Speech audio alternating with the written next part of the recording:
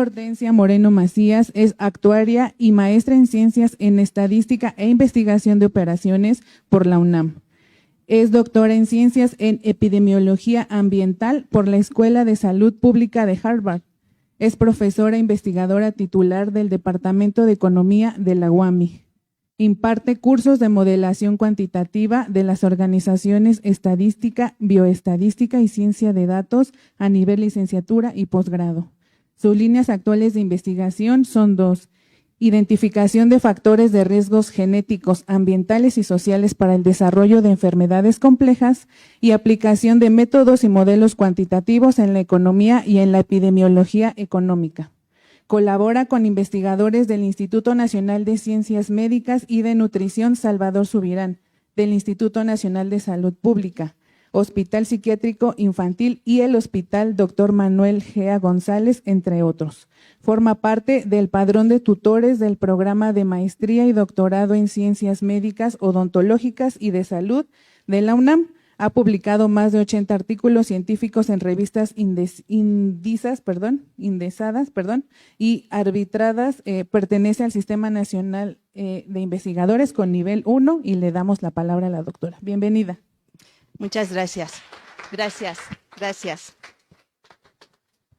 Muchas gracias. Agradezco mucho a los organizadores la invitación. Este ciclo de Lunes en la Ciencia siempre es muy interesante, entonces agradezco la invitación y agradezco la presencia de todos ustedes. Qué bueno que vinieron. Entonces, pues bueno, sí, el tema es ciencia de datos, la aplicación en las ciencias sociales y en las ciencias de la salud. Cuando empecé a desarrollar el tema, lo primero que pensé, dije, bueno, lo primero que hay que hacer es explicar qué es la ciencia de datos, me parece. Y entonces la plática va a estar dividida como en dos partes. La primera me voy a dedicar mucho, a platicar un poquito como de la manera más sencilla, de manera muy didáctica, lo que entendemos por ciencia de datos. Vamos a hablar específicamente de una parte de lo que llamamos aprendizaje automático, dos de los algoritmos más importantes, o digamos de los básicos, no necesariamente los más importantes. Y después vamos a ver, ya que entendamos cuál es la lógica de la ciencia de datos, la vamos a ver cómo lo podemos aplicar bajo un enfoque muy social en términos de los Objetivos de Desarrollo Sostenible de la ONU, si los conocen. Son 17 los objetivos que plantea la ONU. Nosotros vamos a hablar básicamente de 4, ¿no es cierto? Son 5. Son 5, 4 aplicaciones y en la última hacemos como un cierre que tiene que ver con las alianzas. Bien, entonces, ¿qué es la ciencia de datos? Hay muchas definiciones. De hecho, a mí me gusta esta que plantea Wikipedia porque la define como un campo de conocimiento interdisciplinario. Eso es muy importante. Utiliza matemáticas, estadística, computación, toda la estrategia en método científico. A los ingenieros son una parte muy importante, pero también después la define como un área multifacética, que puede describirse propiamente como una ciencia, tal como lo dice su nombre, pero también lo podemos ver como un paradigma de investigación, como un método de investigación, una disciplina, un flujo de trabajo, e incluso como una profesión. ¿Cómo es esto? Bueno, este diagrama es un diagrama típico para definir lo que es la ciencia de datos y es un diagrama de Venn. Entonces, aquí podemos ver que hay el grupo de la gente, de los expertos en matemáticas, en estadística. Acá en el segundo conjunto está toda la parte técnica, la parte de las ciencias de la computación y una parte que también a veces se nos olvida cuando estamos muy involucrados en los números y en los algoritmos, se nos olvida que esta parte es fundamental, el conocimiento avanzado del área que estamos investigando. En este caso, nosotros ahorita la parte de las ciencias sociales están acá, las ciencias de la salud, los expertos, aquí están. Hay algunas interacciones entre estos conjuntos. Por ejemplo, esta que está aquí, la intersección entre los matemáticos estadísticos y los expertos en el conocimiento del área. Y acá, tal como nos dice este diagrama, dice aquí están los investigadores tradicionales, porque bueno, son los que hacen los experimentos quizá en su laboratorio o hacen las encuestas con las comunidades y además saben métodos estadísticos, quizá los tradicionales, pero son capaces de formular hipótesis, entregar resultados estadísticos, la descripción y demás, porque digamos que esa ha sido como la parte típica de un investigador. Entonces, en esta parte, en la intersección entre los matemáticos estadísticos y los computólogos, está lo que se llama el machine learning, que vamos a ver mucho de qué es el machine learning. Vamos a tratar de entender. Si lo traducimos, machine learning pareciera como si estamos hablando de aprendizaje de máquina, ¿no? ¿Qué es eso de aprendizaje de máquinas? Lo podemos traducir literal, hay varias traducciones que ahorita vamos a hablar. Ok.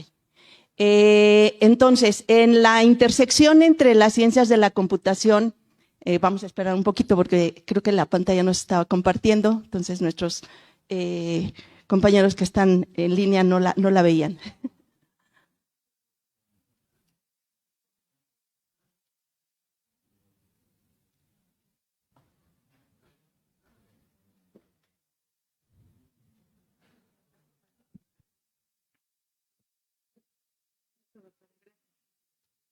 Gracias, Ana. Gracias. Entonces, estábamos con la intersección entre las ciencias de la computación y el conocimiento avanzado del área. Entonces, aquí es donde están generalmente los desarrolladores de software, ¿no? Hacen programas específicos para resolver problemas específicos de ciertas áreas. Y aquí, en la intersección, donde están la intersección de los tres conjuntos, pues de hecho aquí dice, bueno, aquí están los unicornios, que son propiamente a los que les llaman los científicos de datos. Por eso, hace rato en la definición que nos daba Wikipedia, dice, bueno, también lo podemos ver como una profesión. De hecho, si ustedes googlean qué hace un científico de datos, pues les va a decir que son expertos, saben matemáticas, saben estadísticas, saben computación, toda la parte de informática, saben hacer código, R, Python, y además, bueno, tienen conocimiento profundo de un área donde quieren hacer la aplicación. También aparece por ahí, si les llama la atención, dice que es una de las carreras más sexys actualmente, porque bueno, no cualquiera es un científico de datos y además suelen tener ingresos bastante altos y encuentran trabajo en todos lados. Hay científicos de datos en Google, en Amazon, en donde ustedes se puedan imaginar, cualquier empresa muy grande tiene científicos de datos. Y bueno, algo que también es bien importante retomar aquí es que no es suficiente con ser experto en todo esto, también se requieren habilidades blandas, es decir, habilidades de comunicación, de poder transmitir lo que sabemos, lo que entendemos, lo que encontramos y poder interpretar de manera adecuada nuestros hallazgos. Regreso un poquito, les dije que íbamos a hablar de esto del aprendizaje de máquina. La traducción, sí, muchas veces decimos, bueno, es machine learning, lo traducimos como aprendizaje de máquina, pero suena así como, ¿las máquinas aprenden? Entonces, a mí me gusta más una traducción que le llamamos aprendizaje automático. Hay quienes le llaman aprendizaje maquinal, que también me suena así como un poco como extraña la traducción, pero creo que convivo más con esta traducción, aprendizaje automático, y ahorita les voy a decir en qué consiste que sea automático. Forma parte de un gran tema que nos ha tenido ocupados últimamente y que usamos todos los días, que es la inteligencia artificial. Y como parte del aprendizaje automático tenemos un área muy especial que es el aprendizaje profundo. Voy a explicar de manera muy ligera, muy de divulgación propiamente, a qué se refiere la parte tanto de aprendizaje automático como del aprendizaje profundo, porque realmente lo que nos interesa ver son las aplicaciones. Y la primera pregunta cuando vemos esto de aprendizaje de máquina es lo que yo les decía, ¿aprende la máquina? Yo me preguntaba, o sea, ¿cómo aprende la máquina? ¿Quién aprende? ¿Aprende la computadora? ¿Aprende el algoritmo? ¿Aprende el modelo?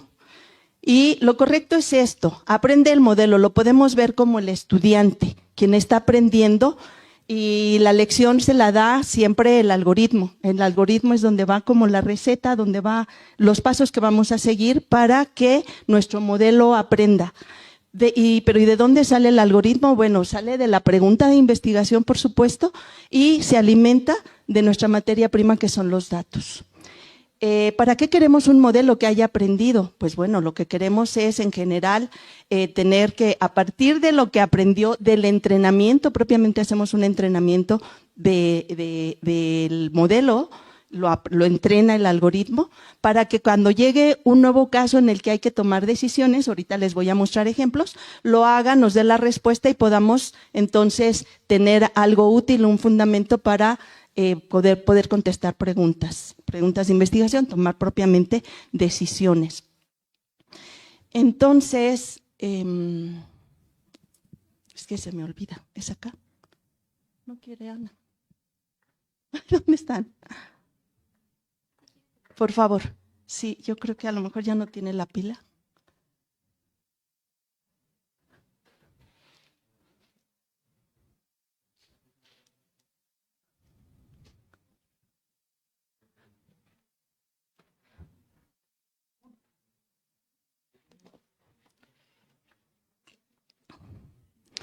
Los modelos que vamos a ver son propiamente de clasificación, son uno de los ejemplos más sencillos, porque esta área, esta ciencia es muy amplia, y pues platicarlo así en una hora no es nada trivial, no es nada fácil, pero entonces vamos a empezar con las partes más intuitivas, para que entendamos de qué se trata y podamos ver que aunque no sepamos computación, que aunque no sepamos matemáticas como los expertos, aunque no seamos los grandes estadísticos, podemos aspirar a ser equipo y formar, hacer ciencia de datos propiamente, porque lo que sabemos, como los expertos en las áreas de ciencias sociales o de ciencias de la salud, es muy importante. Somos los que hacemos las preguntas de investigación.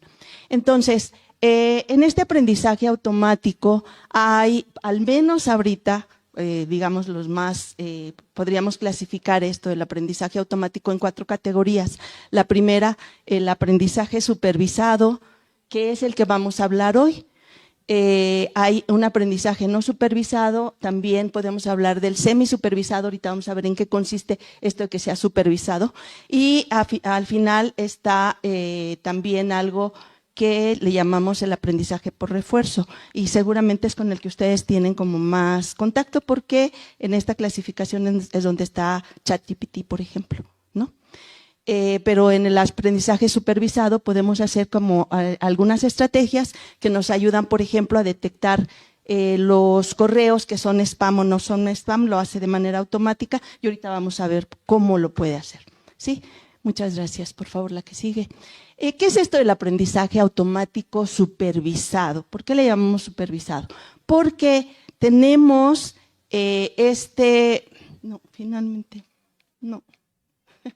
Tenemos, veamos en la gráfica, aquí, así, donde están las frutas, si ustedes se fijan, hay unas etiquetas.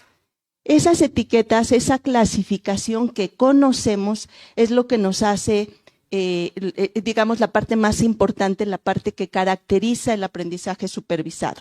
Entrenamos nuestro algoritmo, bueno, el algoritmo nos ayuda a entrenar nuestro modelo para, a partir de una serie de características que puedan describir lo mejor posible estos grupos de frutas, el algoritmo lo organice, se lo enseñe al modelo y después podamos hacer la clasificación de manera automática. ¿Cómo es esto? Bueno, tenemos, si ustedes se fijan, acá en el número 1 están las manzanas, en el número 2 está el grupo de los cítricos, donde hay toronjas, naranjas, limones, en el 3 está la sandía y en el 4 está un plátano. Lo importante es que tienen la etiqueta. Y entonces, dentro de las características le podemos decir, bueno, a lo mejor estamos viendo el peso, el tamaño, la dulzura, pero a lo mejor la longitud o no sé, una serie de características que nos puedan ayudar a que el algoritmo tenga la información correcta para poder clasificar estas frutas en algún momento de manera automática. Entonces, ¿qué es lo que hace? Se fija en todas estas características y las va organizando de tal manera que después dice, yo creo que con esto que armé puedo clasificar las frutas, y regresa y verifica si su algoritmo, si su receta funciona y logra clasificar de manera exitosa las frutas que ya conocía, que ya tenía. Se da cuenta de que no, que todavía lo que era un plátano lo puso como manzana y dijo, no, me equivoqué. Hay una manera de ir cuantificando esos errores y entonces busca que esos errores se minimicen para poder hacer la clasificación de manera más óptima, para que en algún momento el modelo, que es el que está aprendiendo, el modelo es el que estamos entrenando, cuando el algoritmo, cuando se da cuenta, bueno, cuando ya después de todo este proceso muy repetitivo de estar mejorando los criterios de clasificación, ya no hay manera de mejorarlo más y dice, bueno, entonces ahora sí estoy listo. Le ponemos otros grupos, otros frutos, que es lo que le llamamos el conjunto de prueba. El de arriba era el conjunto de entrenamiento, el de abajo ya lo probamos, es un conjunto de prueba. Son elementos que no participaron en el conjunto de entrenamiento, son nuevos, y queremos ver si logra hacer la clasificación de manera correcta. Si lo hace, tenemos un buen algoritmo, que se evalúa también. Entonces, por favor, si ven, esa es como la idea. No necesariamente tenemos figura, no necesariamente tenemos frutas. Hay un ejemplo que se usa mucho, ahora hay muchas plataformas que tratan de entrenar a los investigadores o a los estudiantes para hacer estas estrategias de Machine Learning. Y uno de los ejemplos típicos es el ejemplo de cómo podríamos saber, cómo podríamos predecir quién hubiera sobrevivido en este accidente tan famoso del hundimiento del Titanic, ¿no? ¿Por qué podríamos aplicar el algoritmo de aprendizaje automático supervisado? Pues porque conocemos las características de las personas que sobrevivieron. Entonces, por eso es supervisado. Y entonces se empieza a hacer esto, que también es un algoritmo muy recurrente en la ciencia de datos, que es un árbol de decisión. ¿Qué pasa con este? Aquí no había fotos, por supuesto, no podíamos tener fotos de quién sobrevivió, quién no. Lo que teníamos eran características como el sexo, la edad, si viajaban en primera, segunda clase, si viajaban solos o en familia, o algunas otras características de esos pasajeros que sobrevivieron. Y entonces, el algoritmo de lo que se encarga es de identificar cuáles de todas esas características que le podemos dar clasifica mejor a los que sobrevivieron o no sobrevivieron. Y encuentra en estos casos que lo más importante en el caso de los supervivientes del Titanic era el sexo. Y hace lógica con esta premisa de mujeres y niños primero, ¿no? Entonces, quienes primero abordaron estas embarcaciones de salvamento, pues eran mujeres y niños, ¿no? Entonces, la probabilidad de sobrevivir, primero, bueno, la probabilidad de sobrevivir de cualquiera de los pasajeros era del 0.41. Pero después, una vez que identifica el sexo como una característica importante, se empiezan a bifurcar. Entonces, la probabilidad condicional de sobrevivir, dado que ese es hombre, los hombres, bueno, perdón, male está de este lado, hombres, masculino, está del lado izquierdo, entonces hay una probabilidad condicional de sobrevivir de 0.21. Pero si era mujer, la probabilidad de sobrevivir, dado que era del sexo femenino, era del 0.75. Identifica que después de que se da cuenta que para los hombres la siguiente variable que era importante era la edad, si eran mayores de 9.5 años o menores, porque los menores eran de los primeros que subieron al rescate, ¿no? En las barcas de rescate. Pero en el caso de las mujeres, la edad no era tan importante, salió hasta después, en una rama más abajo, la característica era en qué clase viajaba, ¿no? Entonces, de tal manera que podemos ir armando una serie de probabilidades condicionales conforme vamos bajando y al final nos damos cuenta cuáles son las características del grupo, cómo fueron. Los hombres la probabilidad de sobrevivir, dado que era hombre con una edad de mayor de 9.5 años, la probabilidad de sobrevivir era del 0.18. Mientras para las mujeres la probabilidad de sobrevivir, si siendo mujeres y estaban en la clase 1 o 2, primera o segunda clase, tenía una probabilidad de sobrevivir del 0.93. ¿No? Entonces, aquí este es como el ejemplo así chiquito, como muy didáctico, insisto, es algo que se usa mucho en las plataformas para empezar a entrenar a quienes quieren aprender a hacer ciencia de datos. Y bueno, finalmente pues sí, ahí quedan abajo ya las proporciones, cómo quedaron ya me acordé qué quería decir, cómo quedaron las proporciones de los que murieron, ¿no? Entonces, este algoritmo es muy sencillo, pero tiene muchas desventajas.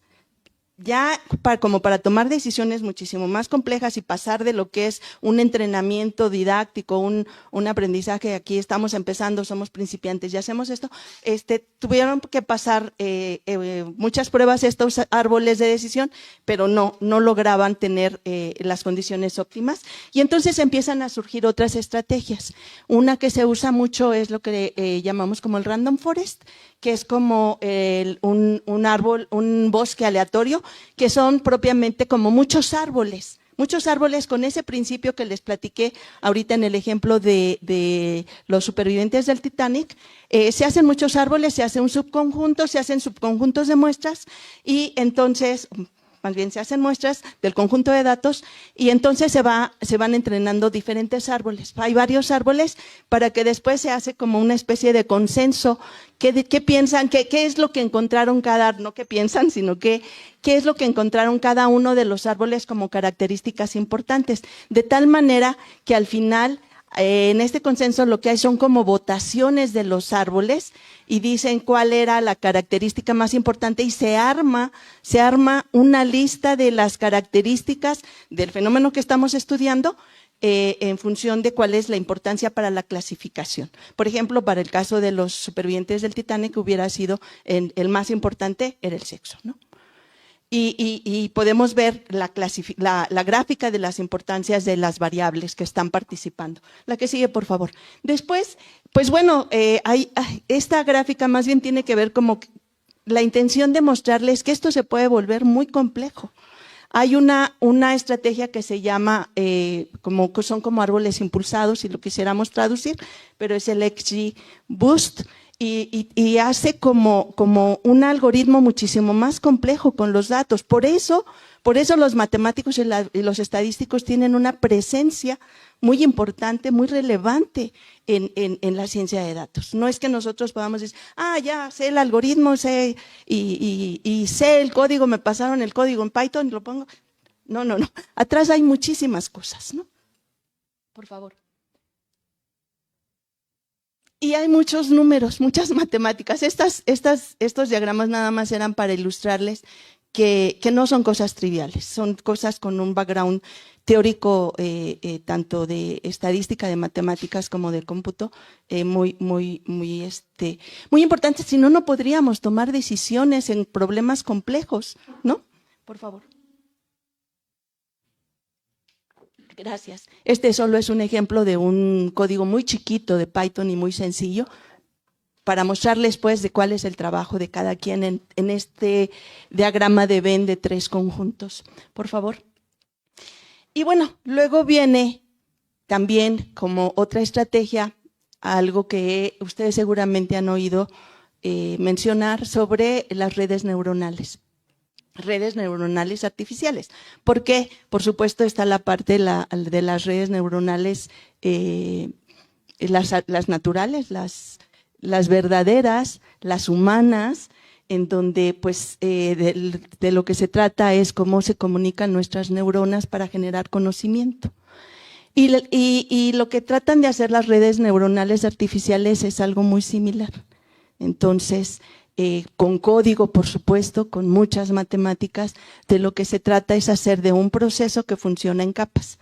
La capa de entrada, que son los datos, capas intermedias, que ahí es donde va a distinguirse el aprendizaje profundo del que no es profundo, porque el aprendizaje profundo quiere decir que hay muchas capas intermedias, porque lo que se requiere es como más detalle, más cuidado. Generalmente se usa para imágenes, para hacer clasificación de imágenes. Y bueno, la capa de salida en donde ya tenemos nuestra clasificación. Entonces, sí, por favor, seguimos. Y aquí viene un ejemplo muy didáctico, que de entrada parece como un tanto superficial, pero no lo es, y vamos a ver que al final en uno de los últimos problemas que les voy a platicar sobre COVID, no es tan trivial este problema. ¿De qué se trata? Les decía que esto del aprendizaje profundo, bueno, se usa principalmente con imágenes. Entonces, hagan de cuenta que lo que queremos es entrenar al modelo para que sea capaz de clasificar estas imágenes y se dé cuenta, lo puedo poner entre comillas, distinga cuáles son las características que definen a un chihuahua, a un perrito, de cuáles son las características que distinguen a un muffin, dicen los en inglés, pero o un panquecito, como quieran, ¿no? Entonces, de eso se trata. Queremos que el algoritmo entrene al modelo para que pueda distinguir cuando se trata de un perrito o de un panqué. Y pues ahí los vemos y como que se parecen, ¿no? Como que se parecen. Es un ejemplo súper bonito, muy didáctico y que nos va a servir al final. Van a ver. Y entonces la idea es que lo entrenemos otra vez. Hace rato lo vimos con frutas. Ahorita lo estamos viendo con perritos y con panqués, pero queremos que el algoritmo haga todo lo que tiene que hacer, todas estas iteraciones de decir, bueno, esta es mi propuesta de clasificación, verifica, no, me equivoqué, me falló, regreso, entonces me equivoqué, verifica, regresa, verifica, hasta que dice, ya no puedo mejorar el algoritmo, y entonces estoy listo. Y lo probamos con un elemento, con los elementos del conjunto de prueba, para ver qué tanto logra clasificar de manera correcta ese panquecito o ese perro. ¿Va? Por favor. Aquí algo bien importante, ¿no?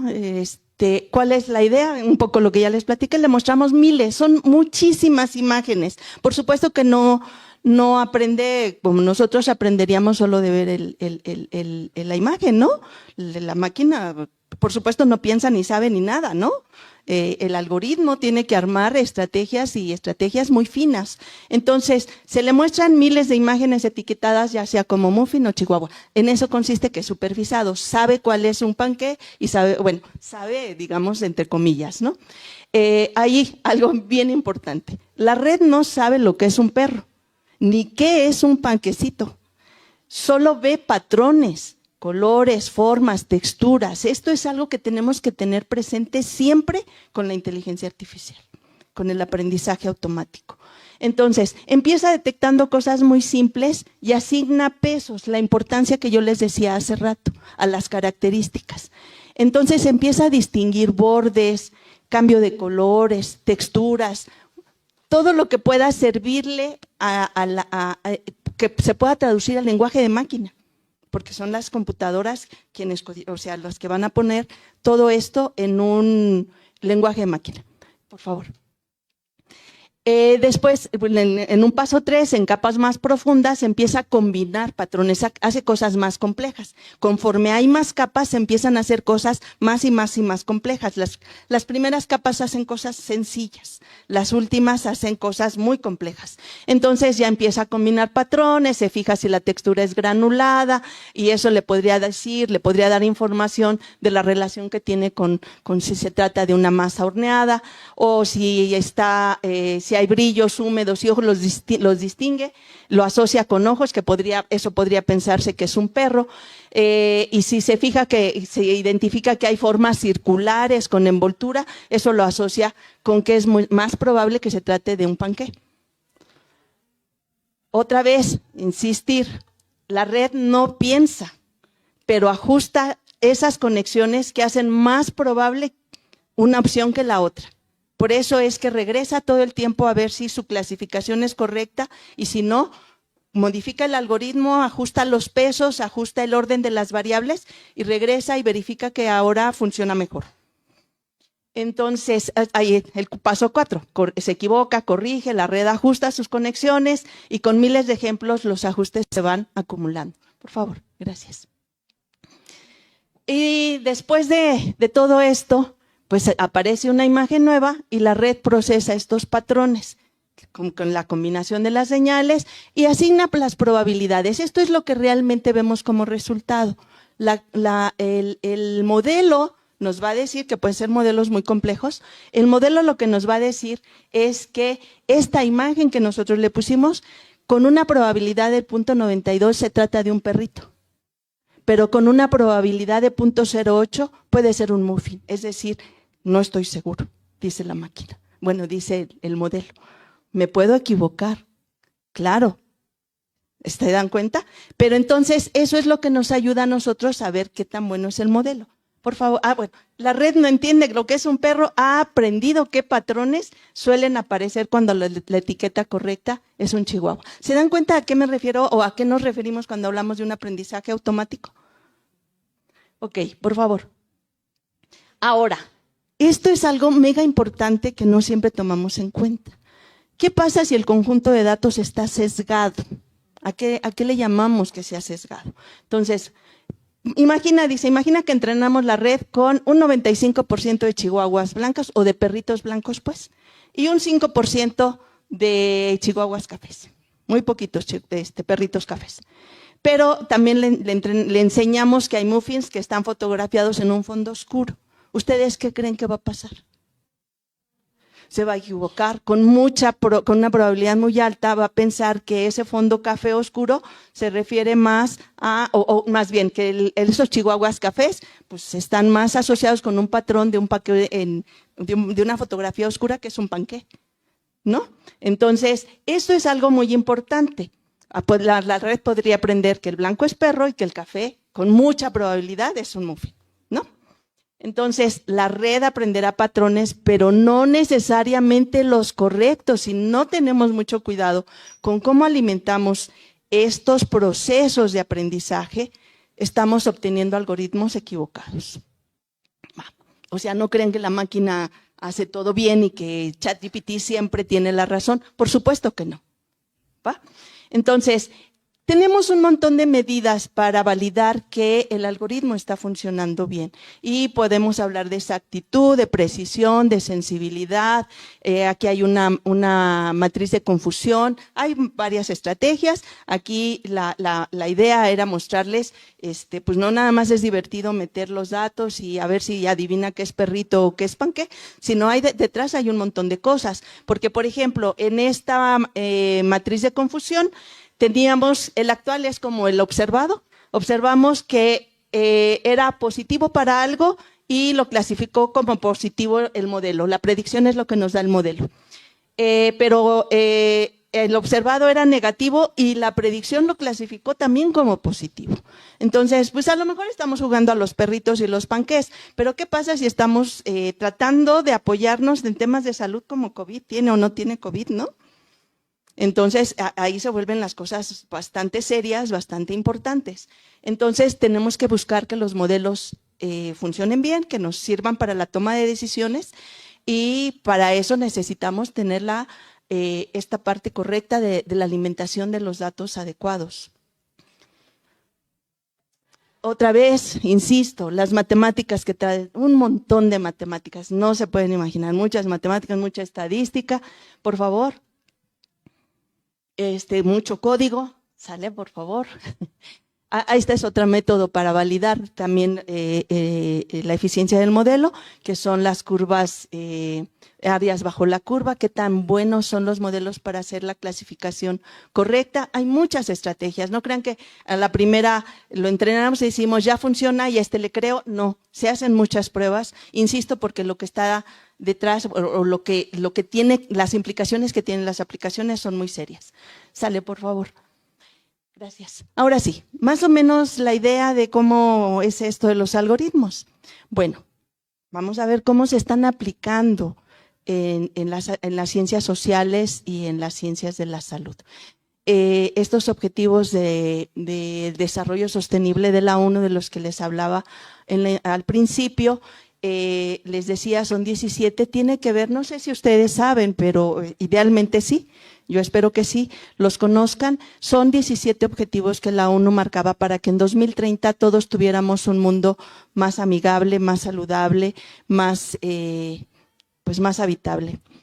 Desafortunadamente ya el 2030 está como muy cerquita, que no necesariamente lo vamos a lograr, pero entiendo que ha habido avances en varias de las áreas, entonces pues bueno, ahí vamos pian pianito y pues seguramente estos objetivos se podrán extender más allá del 2030 para que de todos modos siempre sigamos buscando un mundo mejor para todos, ¿no? ¿Cuál es el primero de los objetivos? Dice, pues lo que buscamos es que se acabe la pobreza. El objetivo número 2 es, nadie en este mundo debería padecer hambre, nadie, ¿no? Me brinco al 12 porque es el orden que le di en la presentación, que tiene que ver con producción y consumo responsables. Aquí tiene que ver con que lo que consumamos nosotros como consumidores finales sea seguro en el sentido de que no nos causa un daño, ¿no? Y el tercero es de salud y bienestar. También, si se fijan, todos están como muy relacionados, porque pues bueno, finalmente este mundo social, humano, ¿no? Y el último tiene que ver con las alianzas para lograr los objetivos. Otros de los objetivos tienen que ver con educación, con equidad de género, con otros temas, incluso con el cuidado del ambiente. Si no los conocen, de verdad, échenle un ojito a la página de la ONU con los objetivos de desarrollo sostenible. Es muy, muy interesante, muy importante. Vamos a ver, gracias. Vamos a ver la primera parte con cómo usamos estas estrategias de aprendizaje automático o de ciencia de datos para definir pobreza, más que para definir pobreza, para identificar pobreza. Y les quiero platicar de un artículo bien interesante que lo aplicó, pero primero vamos a hablar de qué es la pobreza. La pobreza pues va muchísimo más allá de la falta de ingresos. A lo mejor hace muchos años clasificábamos a alguien que era rico, de que alguien que era pobre en función de sus ingresos, pero hace ya también un buen rato que se hace ahora de manera multidimensional. Entonces se trata por supuesto, se trata de un problema de derechos humanos, y entre las diferentes manifestaciones de la pobreza podemos encontrar hambre, malnutrición, falta de vivienda digna, acceso limitado a servicios básicos como educación, salud, servicios de limpia, etcétera. Por favor. ¿Cómo se mide? De manera tradicional, sin usar la ciencia de datos, ¿cómo se mide? Pues se hace principalmente mediante encuestas en los hogares, ¿no? En los que nos van a preguntar ingresos, educación, salud, vivienda, acceso a servicios básicos, alimentación, seguridad social, una serie de características que pueda indicar cuál es nuestro nivel de pobreza. En México, este tipo de encuestas las hace el INEGI a través de la ENIG, la Encuesta Nacional de Ingresos y Gastos de los Hogares, cada 2 años. Datos públicos que están siempre disponibles en las bases del INEGI. Y el artículo del que yo les quiero platicar es son artículos casi todos los que son ya propiamente las aplicaciones están en inglés. En México nos hace mucha falta hacer este tipo de aplicaciones. En México y en Latinoamérica, ¿no? Entonces, pues por eso casi no hay literatura en español, entonces hay que empujar esa parte, ¿no? Entonces, ¿qué hizo? ¿De qué se trata? Dice, bueno, si no hay encuestas, ya dijimos, generalmente se mide con encuestas, la ENIG lo hace. Hay algunos países tan pobres que no tienen los recursos para hacer encuestas, y en este caso en particular, este estudio está basado en 5 países africanos. Este es un estudio de 2016. Abarcaron Nigeria, Tanzania, Uganda, Malawi y Ruanda. Países muy pobres que pues bueno, no hay alimentos, tampoco hay recursos para hacer encuestas, ¿no? ¿Cómo podemos medir la pobreza? Entonces, ahí la propuesta de un investigador y su equipo son investigadores, no me acuerdo, creo que la Universidad de Raleigh. No, mejor no les digo porque no me acuerdo de dónde es. Dice, vamos a combinar las imágenes satelitales con estrategias de aprendizaje automático para predecir pobreza. ¿Por qué usar imágenes satelitales? Ustedes se podrán imaginar, pues eso debe ser bastante más caro. No, ¿qué creen? Las imágenes satelitales son imágenes públicas. Existen plataformas que hacen este recorrido satelital, ahora ya con tanta tecnología, y son imágenes que están disponibles. Entonces no había que invertir nada, ¿no? Entonces, por ejemplo, aquí está la entrada. La entrada son las imágenes. Se hace el algoritmo, se codifica, lo que sea. Ahí están nuestros amigos matemáticos, nuestros amigos computólogos programando en Python. Entrenamos el modelo para que podamos hacer la clasificación de si se es o no se es suficiente, o sea, qué tan pobre es esa zona. Ok, por favor. Se usaron más de 300,000 imágenes de entrenamiento. Esto es un resultado, por supuesto, absolutamente serio y por eso se publicó. Entonces, se usó lo que le llamamos red neuronal convolucional, que tiene que ver con muchas capas y, bueno, con toda una estrategia teórica importante.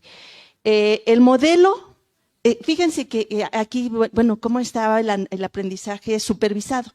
¿Qué sabíamos? Pues el modelo se entrenó en zonas en donde sí había encuestas para que viera cómo se podrían identificar esas zonas con sus diferentes niveles de pobreza. Ahí aprendió.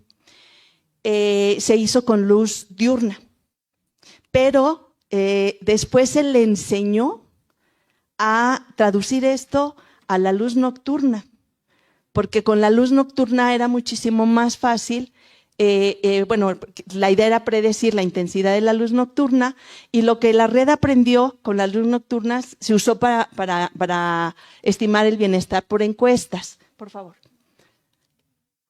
Y las zonas se clasificaron en 3 categorías en función de esas imágenes, de qué tan intensa era esa luz en estas 3 categorías. Si había baja luminosidad, esa zona era clasificada como zona rural o poco desarrollada, como las más pobres. La zona 2, la de luminosidad media, áreas en desarrollo o periurbanas. Pero si se notaba una alta luminosidad, eran ciudades con alta actividad económica y eran las que vivían en mejores condiciones. ¿Me regresas tantitito, por favor?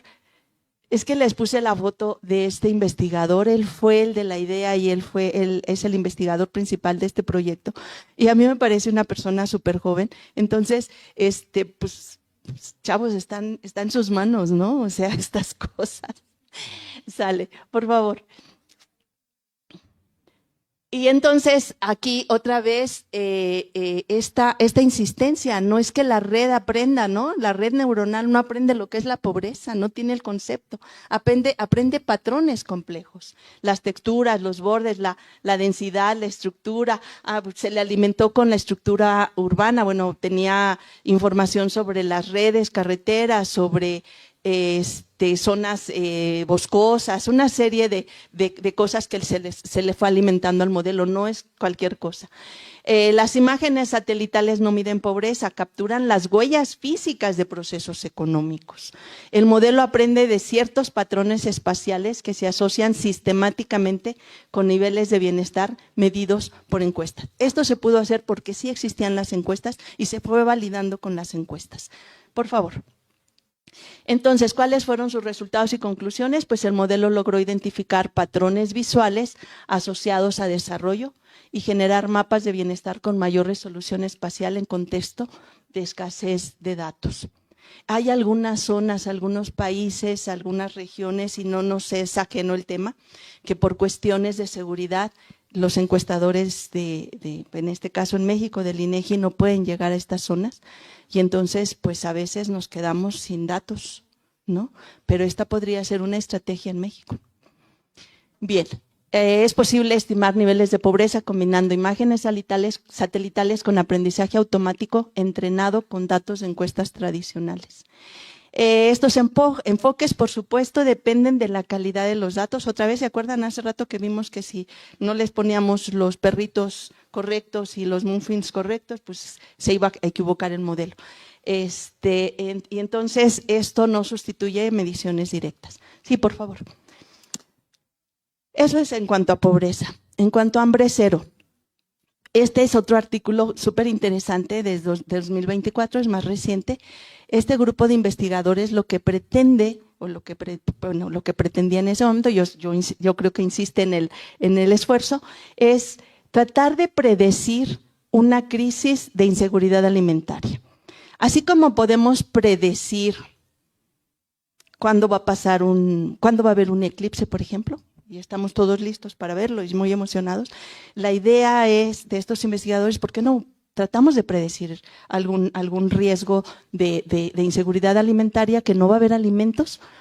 A eso se refiere, no va a haber alimentos, va a haber hambruna, con anticipación para tratar de hacer algo, ayudar a las personas, ¿no? Y esto se hizo en lo que le llaman el Cuerno de África, también son países africanos, ¿no? Y lo usaron, aquí no usaron imágenes, usaron algunas variables y usaron estrategias de aprendizaje automático, aprendizaje supervisado.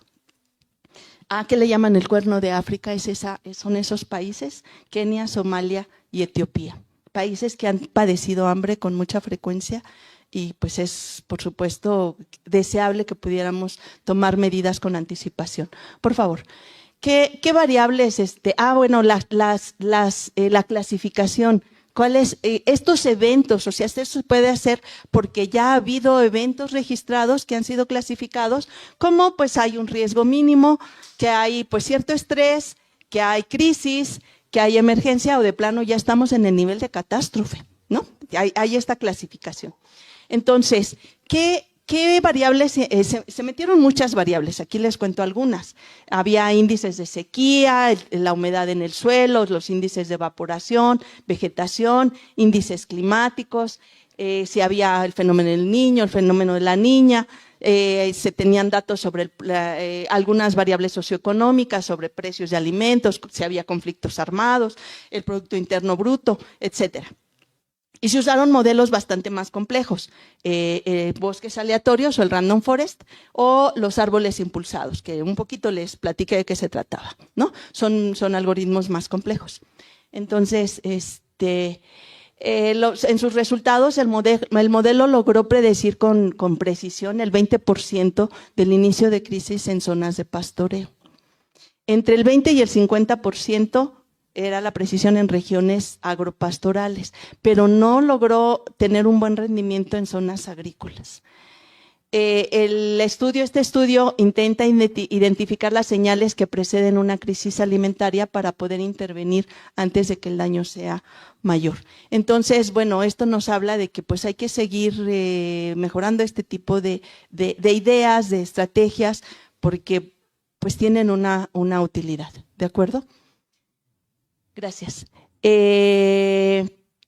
Aquí está otro artículo, este es 2025, este es del año pasado, y bueno, la traducción del título es Evaluación de riesgos en inocuidad alimentaria basada en inteligencia artificial mediante la base de datos, una base de datos RASP, entiendo que es una metodología francesa, si no me equivoco, que lo que hace es como un sistema de identificación de riesgos de los alimentos que nosotros consumimos. Si ustedes no lo saben, todos los alimentos que consumimos pasan por cierto control de calidad y revisión de que no lleven algunos patógenos, le llaman. Bueno, seguramente aquí los expertos en ingeniería en alimentos tienen el término correcto, pero esto que pudiera generar una enfermedad de que nos hace daño al estómago. Es que yo quisiera decir que son alimentos sanos, no necesariamente, porque si nos tomamos una Coca-Cola, seguro pasó todo el proceso de seguridad alimentaria. Es inocua en el sentido de que no nos hace, no nos va a infectar de nada, pero pues por supuesto tampoco es que sea buena para la salud, ¿no? Entonces, la idea pues es que este sistema se usa entre países para identificar, sobre todo cuando hacemos, nosotros consumimos a lo mejor las manzanas en Estados Unidos o Estados Unidos consume nuestro jitomate. ¿Se han dado cuenta cuando de repente dice es que se detuvo la exportación o Estados Unidos detuvo la importación de jitomate porque trae salmonela? O del chile, ¿no? Por ejemplo, que en algún momento se dio, ese tipo de cosas, pues son este tipo de sistemas los que hacen los que apoyan a la toma de decisiones de cuando ponen en alerta el consumo de cierto producto. Por favor. También se hizo con, este sistema, revisa contaminantes, patógenos, sustancias químicas, o si hay cierto tipo de incumplimientos regulatorios. Por favor. Permite a las autoridades intercambiar información rápidamente sobre riesgos para la salud derivados de alimentos y piensos. Los piensos son el alimento que se le da a los animales, de tal manera que si los animales consumen algo contaminado, pues por supuesto tampoco puede ser bueno para el consumo humano. Entonces, permite tomar medidas inmediatas para evitar el riesgo a ciertos niveles, puede ser nada más a nivel informativo, puede ser una alerta o de plano un rechazo en la frontera. Sí, por favor.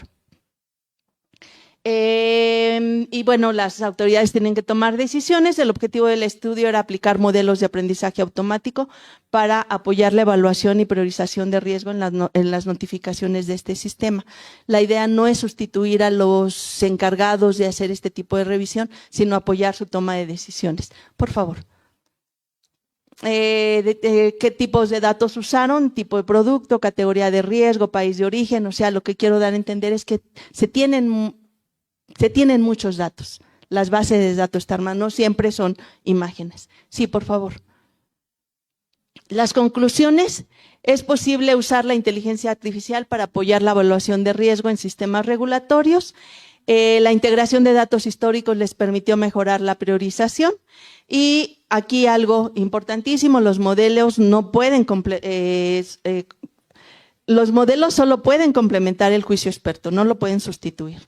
No sustituyen la vigilancia humana ni el análisis regulatorio, pero son una excelente herramienta para apoyar nuestras decisiones, ¿no? Como lo vamos a ver en el siguiente caso. Por favor. Aquí viene el caso de COVID. Esta es, si lo traducimos, el título también fue publicado este estudio, es un aprendizaje profundo de transferencia. Ahora se llama un poquito más complicado, para la predicción de COVID es un estudio de caso para un problema de cuando se tienen datos limitados, cuando tenemos muy poquitas imágenes. Este estudio, si no me equivoco, es de 2021, pues todavía no se tenían suficientes imágenes, no sabíamos ni qué onda con el COVID.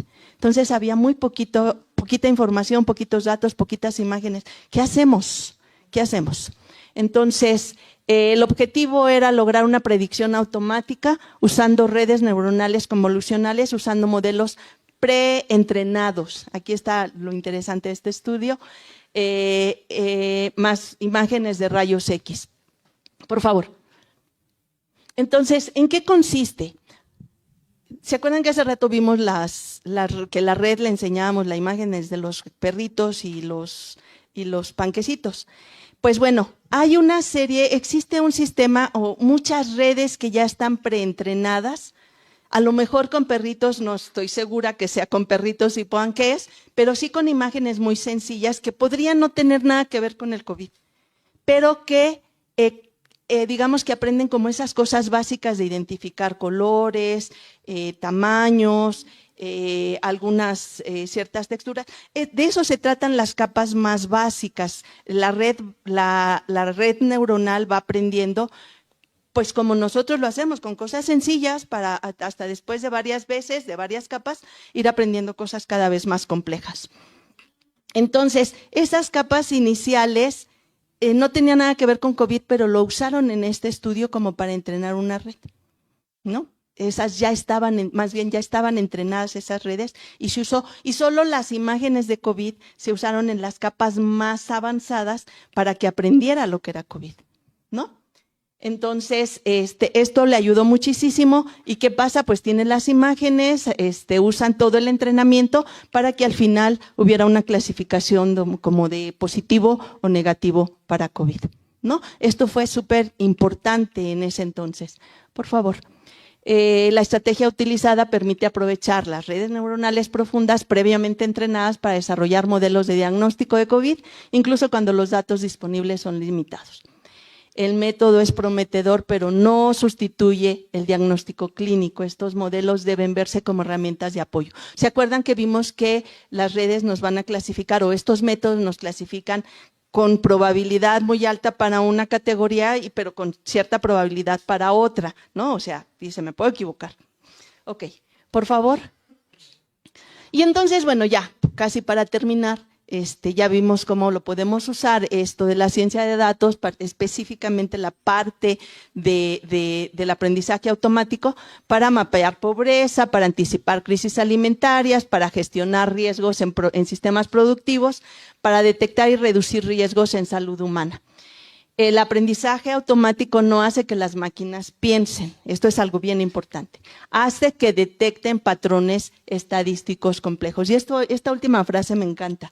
La inteligencia artificial ni sabe ni entiende, solo ofrece la respuesta más probable de acuerdo con el entrenamiento que ha tenido.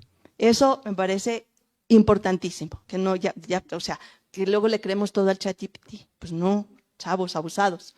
Entonces, nos falta hablar del último objetivo, del 17, y que tiene que ver con el trabajo colaborativo. Para la ONU y para los objetivos de desarrollo sostenible es muy importante. Dice, reconoce el problema, que estos problemas que son tan complejos requieren la colaboración entre gobiernos, entre academia, sector privado, sociedad civil, todos deberíamos estar involucrados en esto.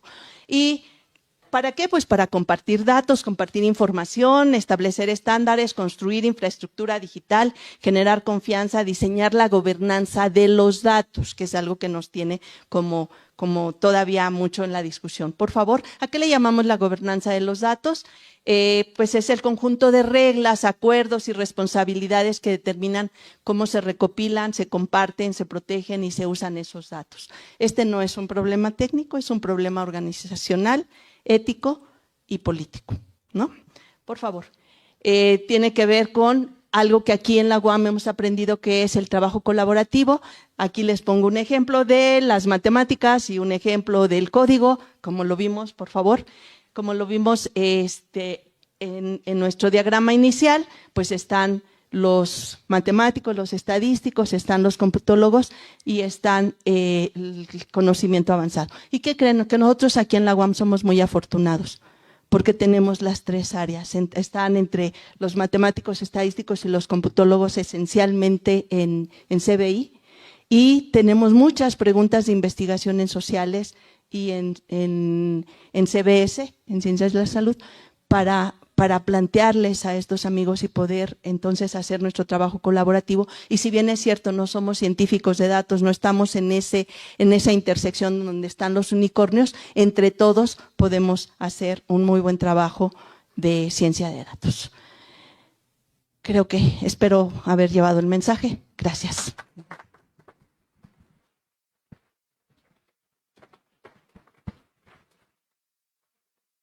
Muchas gracias, doctora, por tan muy bonita ponencia y muy entendida. Gracias. Muchas Abrimos gracias. el espacio para preguntas, por favor, si gustan levantar su mano, y quienes nos ven en redes, si nos gustan dejar su pregunta o comentario por el chat, les damos la palabra.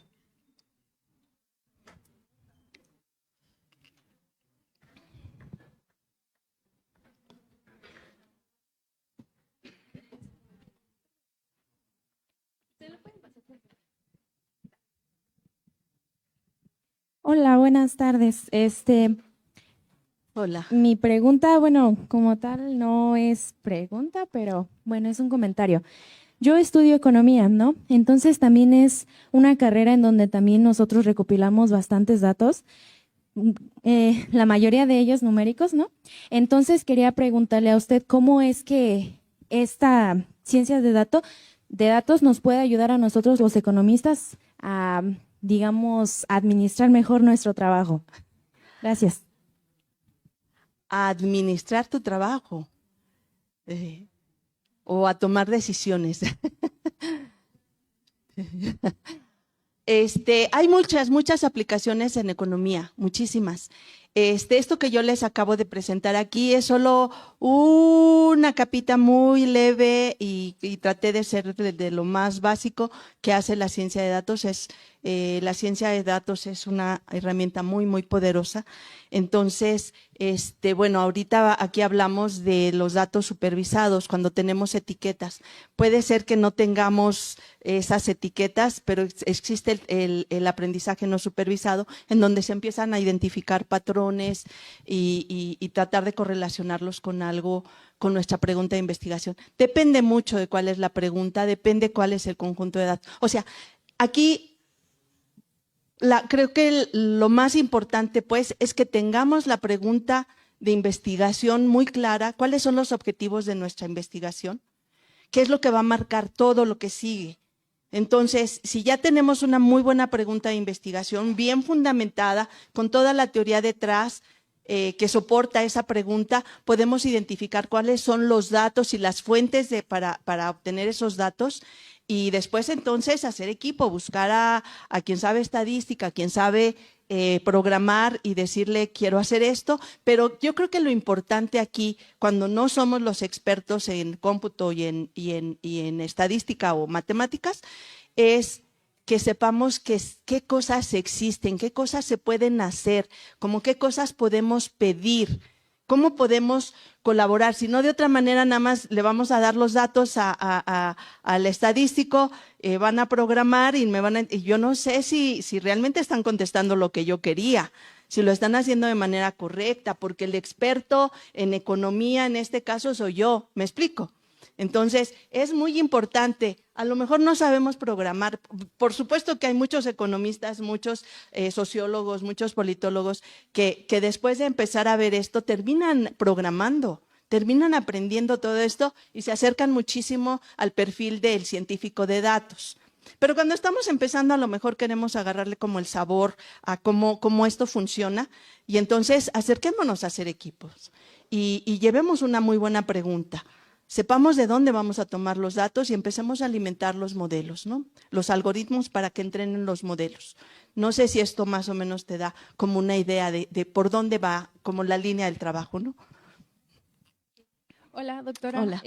Quisiera preguntarle, bueno, ¿qué consejo o recomendación nos daría a nosotros, bueno, a mí como estudiante o alguien que quisiera empezar a especializarse en la ciencia de datos? O sea, ¿qué consejo o recomendación? Gracias. ¿Qué consejo? Híjole.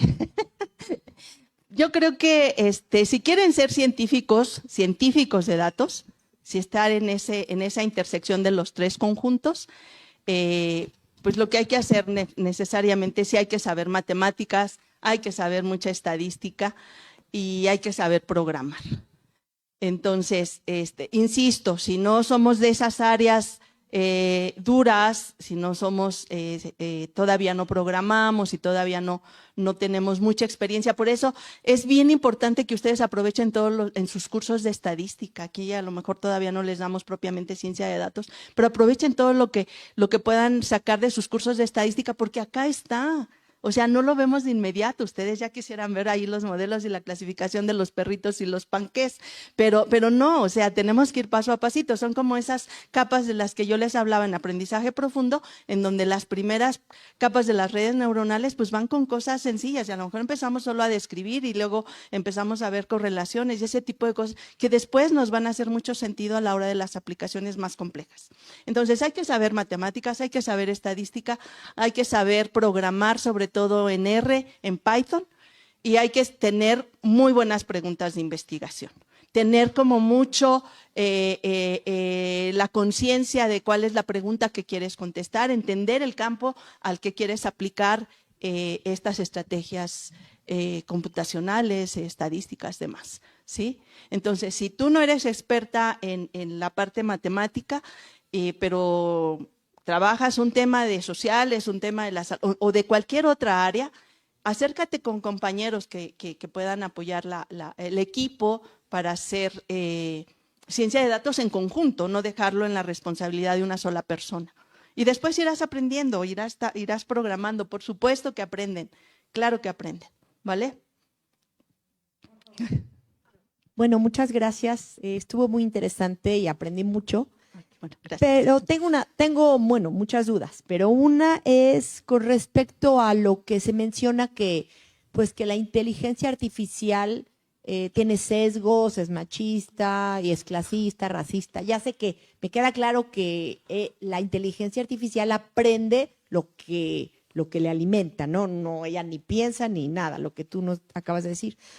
Pero entonces, ¿cómo podemos hacer para alimentarla de tal manera que no tenga esos sesgos, ¿no? Eso de que no pone ejemplos de mujeres o que no reconoce pieles más oscuras. ¿Cómo podemos evitar que tenga eso y alimentarla correctamente? Justo esa es la parte medular del experto en el área. El experto es el que sabe de qué se trata ese problema que queremos estudiar y es el que decide cuáles son los datos que necesitamos, cuáles son las variables que le vamos a pedir. Si desde el diseño del estudio no tenemos las variables que nos van a ayudar a contestar la pregunta, pues eso no va a funcionar.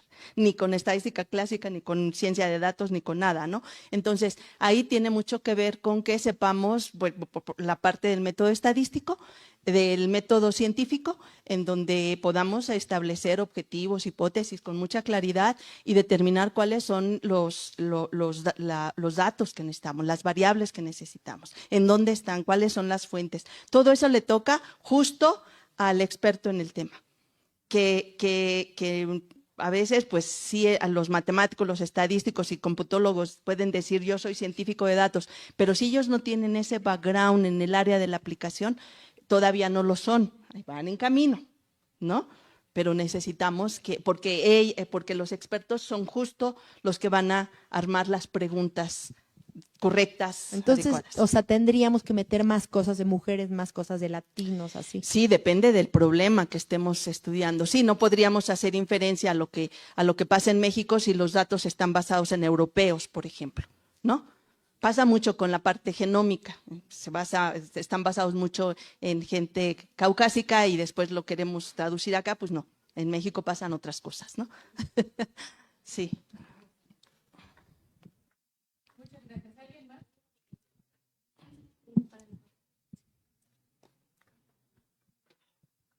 Muy buena tarde, Buenas doctora. tardes. Gracias, perdón. Lo decía el doctor Carlos Graeff, que el científico se unía con el ingeniero. Entonces, lo que tenemos que hacer, yo lo digo desde un punto de vista sociológico, de que nosotros lo que hacemos es convivir e integrarnos a la sociedad. Lo que es un poco difícil en este tema de la ciencia de datos, donde recurrimos más a la tecnología, donde empezamos a utilizarla como medio de educación, de divulgación de las ciencias, es lo máximo en este momento, pero nosotros lo que tenemos que hacer es aprender a colaborar con esto. Claro. Quizá es un poco complejo, ¿no? Con un ingeniero, un científico, investigador, pero en este momento, pues, se lo comento, pues, como sociólogo, quizás llega a ser un poco difícil, pues, entender esta parte. Si no, es evolucionar.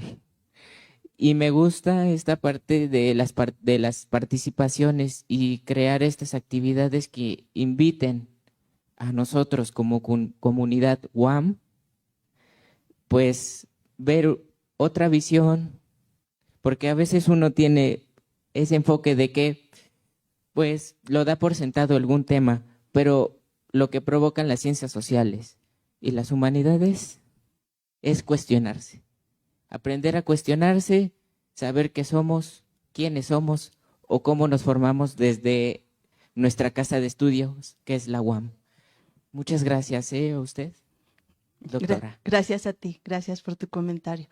Hay muchas cosas que podemos aprender, muchas, y no porque estamos en la parte de sociales no le queremos entrar al código, o no puede, la ciencia de datos es algo que está lejos. No, acerquémonos nosotros, ¿no? Para tomar decisiones.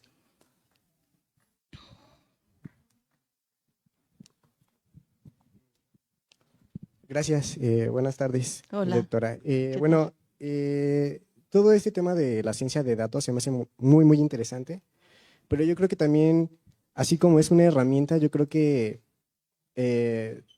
una herramienta puede ser de dos filos, ¿no?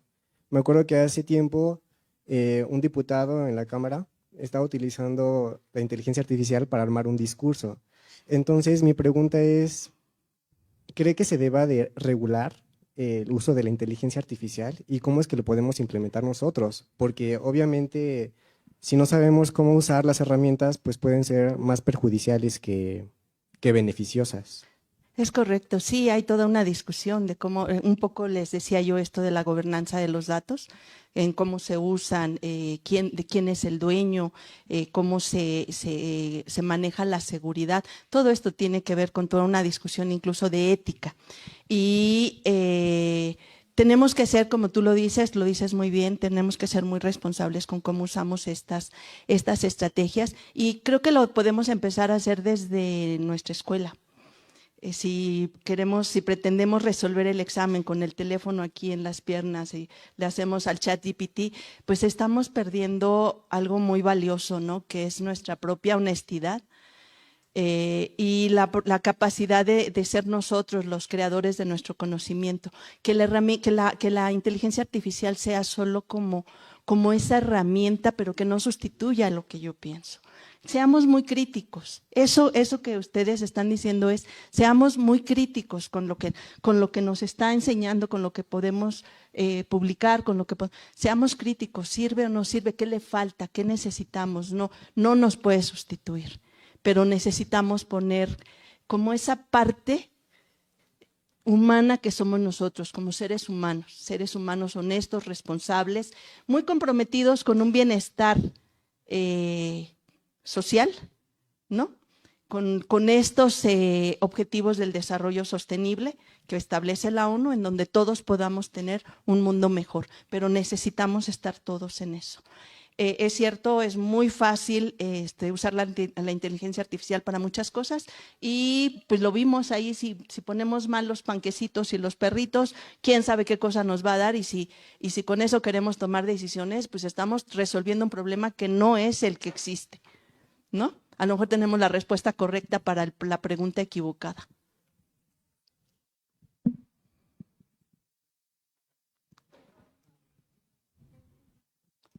Hola, buenas tardes.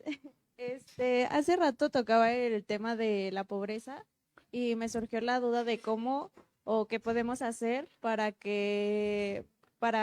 beneficiar a esa comunidad. Ay. Bueno, ¿cómo o qué podemos hacer para que la ciencia de datos pueda beneficiar a esas comunidades? En términos de evaluar la pobreza, Ajá. sí, el artículo aquí lo usó como para identificar regiones en condiciones de pobreza, pero ahí, solo dice, bueno, yo lo encontré, apliqué la técnica, las encontré. Ahí viene la parte de políticas públicas. ¿Cómo entonces a estas zonas que tienen ciertos problemas, cómo les apoyamos, cómo llevamos ayuda, ¿no? Ese tipo de cosas. Incluso cuando se hace la predicción de hambrunas con anticipación, la idea es podamos llevar alimentos antes, o que, no sé, alguna estrategia ahí ya viene en la parte de los decisores en la parte, en esta parte de esos servicios que podrían apoyar, ¿no? Política pública. Entonces ahí entraría, por ejemplo, lo que es que en ciertos lugares, por ejemplo, un ejemplo es Polanco, ¿no? Que ahí solamente se puede encontrar Costco, Walmart y así. Y en en otras zonas encuentras, no sé, tiendas Neto o 3B. Ahí están aplicando la ciencia de datos, como los gastos de las comunidades que viven en esas zonas es más, bueno, así como su accesibilidad. Si son más pobres o no Ajá. son más pobres, si tienen… No, bueno, propiamente la ciencia de datos no sé si se esté aplicando. Hay muchos estudios en los que se aplican. Por eso está la ENIG, la Encuesta Nacional de Ingresos y Gastos de los Hogares, como para identificar estas regiones en donde pudiera haber más carencias. Existe la medición de la pobreza, entonces, pero siempre como que esos resultados lo que hacen es apoyar la parte de política pública, ¿no? Bueno, vale, gracias.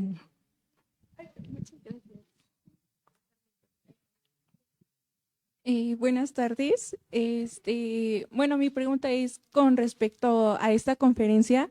Me gustaría saber cuál sería la mayor aportación de las ciencias de datos para las ciencias sociales y de la salud en esta actualidad. Wow.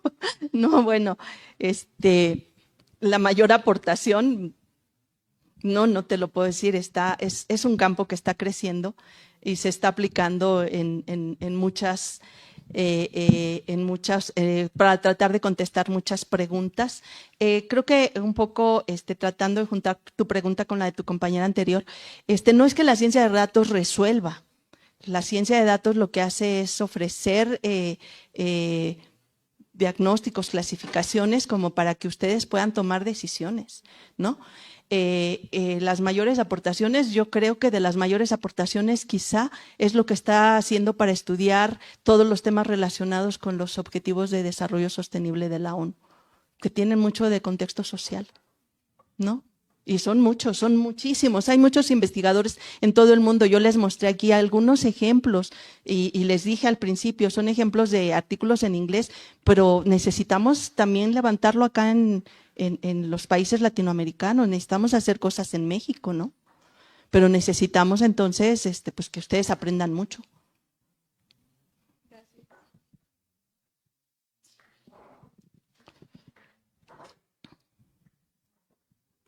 Hola, buenas tardes.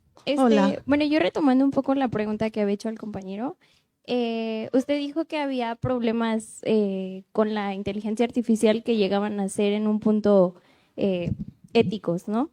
¿Y usted qué desafíos ha presentado éticos por esa recabación de datos o la información social? ¿Qué problemas éticos puedo yo Ajá, he podido identificar? sí. Bueno, podríamos caer en muchos, en el sentido, no, a lo mejor no los he visto directamente, pero si los algoritmos se alimentan con datos equivocados, necesariamente tomamos decisiones equivocadas, ¿no? Y eso a mí me parece que es un problema ético si se hace con mala intención, ¿no? Entonces, ahí hay que tener como muy claro nuestros valores como seres humanos para hacer trabajos, para hacer preguntas correctas y ser honestos a la hora de armar nuestros algoritmos, encontrar nuestras bases de datos, porque lo que queremos es realmente no presumir un paper, un artículo publicado, lo que queremos es resolver un problema de la sociedad, ¿no?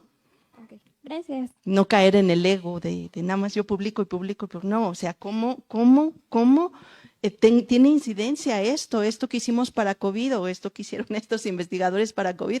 No tenía ninguna intención de presumirle a nadie que se podían usar las redes, sino tratar de resolver un problema inmediato que se tenía en ese momento, ¿no? De eso se trata la ciencia, de que podamos llevarla a la gente, ¿no? No son egos, no es alimentar egos, ¿vale? Bueno, tenemos una pregunta en Facebook, es de Yolomixli y pregunta, recomiéndanos un lugar donde estudiar un diplomado en ciencias de datos para las ciencias sociales. Santo Dios. Cuando lo tengamos en la UAM se los recomiendo, estamos en eso. Bueno, esa es la idea, todavía está en pañales la idea. Hay muchas instituciones, yo creo que Flaxo hace algunas cosas, es cuestión de darle una buscadita con el Google, pero yo creo que Flaxo hace algunas cosas interesantes, pero en algún momento aquí en la UAM queremos tener algo como eso. Muchísimas gracias a todos por sus preguntas y comentarios. A continuación entregamos la constancia de la doctora Hortensia, por favor, por parte de la Academia Mexicana de Ciencias y por parte de la Unidad de Iztapalapa por esta gran conferencia impartida. Muchas gracias. Gracias a todos. Muchas gracias. Muchas gracias. Les invitamos a acompañarnos en nuestra siguiente y última conferencia de este ciclo de ciencias el próximo lunes 23 de marzo en este mismo lugar con la charla Ingeniería Biomédica Inteligente cuando la IA entra al cuerpo humano, impartida por el doctor José Joaquín Aspiros Lijan, profesor investigador del Departamento de Ingeniería Eléctrica. Muchas gracias por su asistencia y los esperamos. Buenas tardes.